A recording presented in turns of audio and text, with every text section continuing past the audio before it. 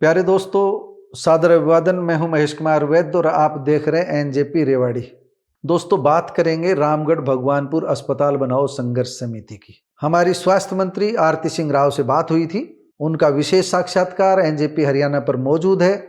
उन्होंने साफ शब्दों में कहा कि जो अस्पताल बनना है 300 बेड का, बजट में 300 बेड का कर दिया गया है, पहले 200 बेड का था, वह मौजूदा जगह में ही एग्जिस्टिंग हॉस्पिटल जहां पर है वहीं पर बनेगा।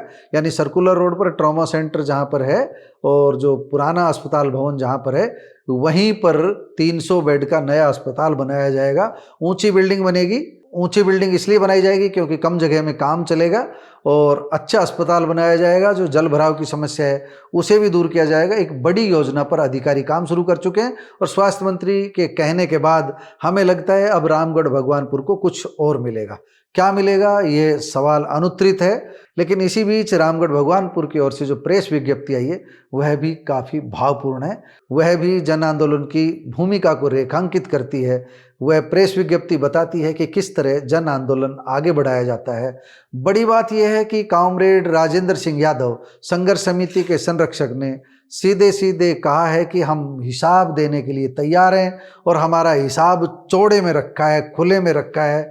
कोई भी आए हिसाब ले सकता है। रुपया कहाँ से आया, कहाँ पर खर्च किया गया, बड़े विस्तार से उन्होंने अपनी बात कही है। और बहुत बड़ी बात, लोकतांत्रिक बात उन्होंने ये कही है कि जो हमसे असहमत हैं, जो हमारे नारे से असहमत हैं, जो हमारी बातों से असहमत हैं, वह भी आएँ और एक बार हिसाब देख लें कि हमने क्या कुछ किया, कैसे किया, कहाँ से पैसा आया, कहाँ पर खर्च हुआ, कितने लोग आए, कितने दिनों से संघर्ष चला। पूरा हिसाब चौपाल पर लेकर के बैठे हैं। आप में से किसी की इच्छा हो तो कॉमरेड राजेंद्र ने खुला न्योता दे दिया है, आप जाकर के हिसाब ले सकते हो। उनकी विज्ञप्ति में जो कुछ लिखा है वह आपके समक्ष एक बार पूरा पढ़ भी देता हूँ, बता भी देता हूँ। कॉमरेड राजेंद्र का कहना नहीं है, हमारा भी कहना है कि यह जनता को समर्पित एक आंदोलन रहा। 17 जून 2025 को शुरू हुआ था। सबसे पहले लोग 16 जून को केंद्रीय मंत्री राव इंद्रजीत सिंह के आवास पर पहुंचे थे। वहां पर नारेबाजी हुई, हॉट टॉकिंग हुई, मामला बिगड़ गया। 17 जून से धरना शुरू हो गया और कल यानी 7 अप्रैल को 293 दिन पूरे हो चुके हैं। 300 दिन होने वाले हैं। लेकिन एक अच्छी खबर ये आ रही है कि पलवल में संघर्ष समिति के बीच और स्वास्थ्य मंत्री के बीच बातचीत हुई है और अभी भी जो सूत्रों के हवाले से जो खबर आ रही है वह यही है कि रामगढ़ भगवानपुर को निराश नहीं किया जाएगा।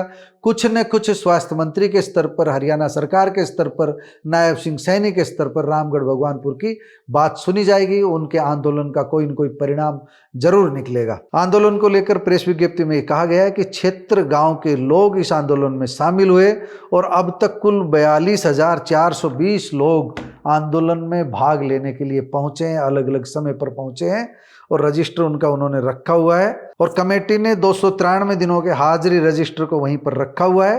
कोई भी आकर हिसाब देख सकता है। इन 293 दिनों में संघर्ष समिति के पूर्व अध्यक्ष राव राम मेहर सिंह और पूर्व अध्यक्ष लाल सिंह दोनों इस दुनिया से विदा हो गए हैं और उनकी जगह अब तीसरे व्यक्ति दायित्व संभाल रहे हैं। अगर कोई हमसे पूछे कि इस अनजान अनदेखे आंदोलन ने कैसे अपने पंख फैलाए, तो इस जटिल प्रश्न का जवाब बड़ा सरल है। ये जवाब दिया है कॉमरेड राजेंद्र यादव ने। कॉमरेड राजेंद्र का कहना है कि इस आंदोलन की सबसे बड़ी खूबी यह है कि यह आंदोलन मानव हित के पायदान पर खड़ा हुआ है। इसकी अपनी खुद की छतरी है। इस छतरी का हैंडल कोर कमेटी के हाथों में है।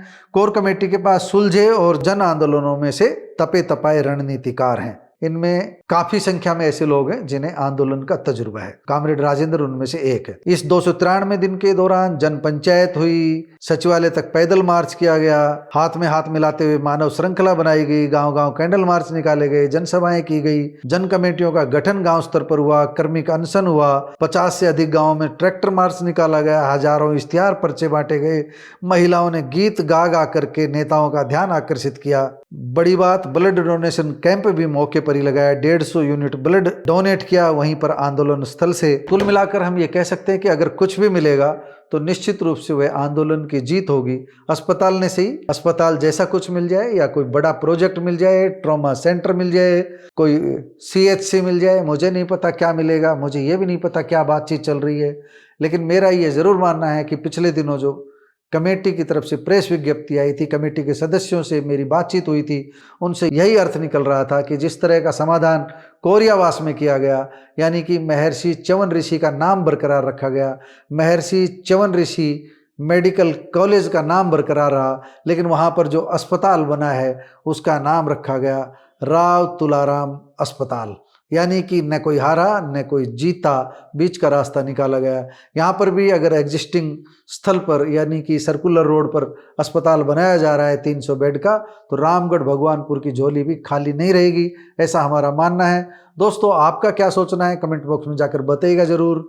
नमस्कार, धन्यवाद।